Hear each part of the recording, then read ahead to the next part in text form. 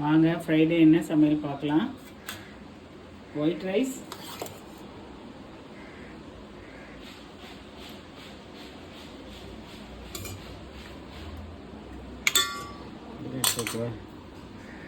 கருணக்கிழங்கு வறுவல்,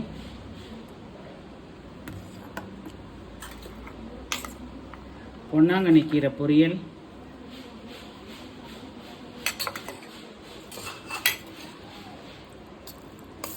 கத்திரிக்காய் காராமணி பொரியல்,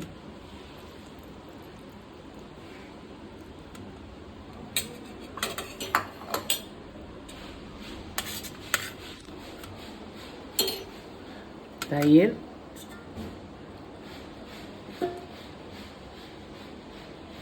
மாங்காய், முருங்கைக்காய், கத்திரிக்காய், சாம்பார்.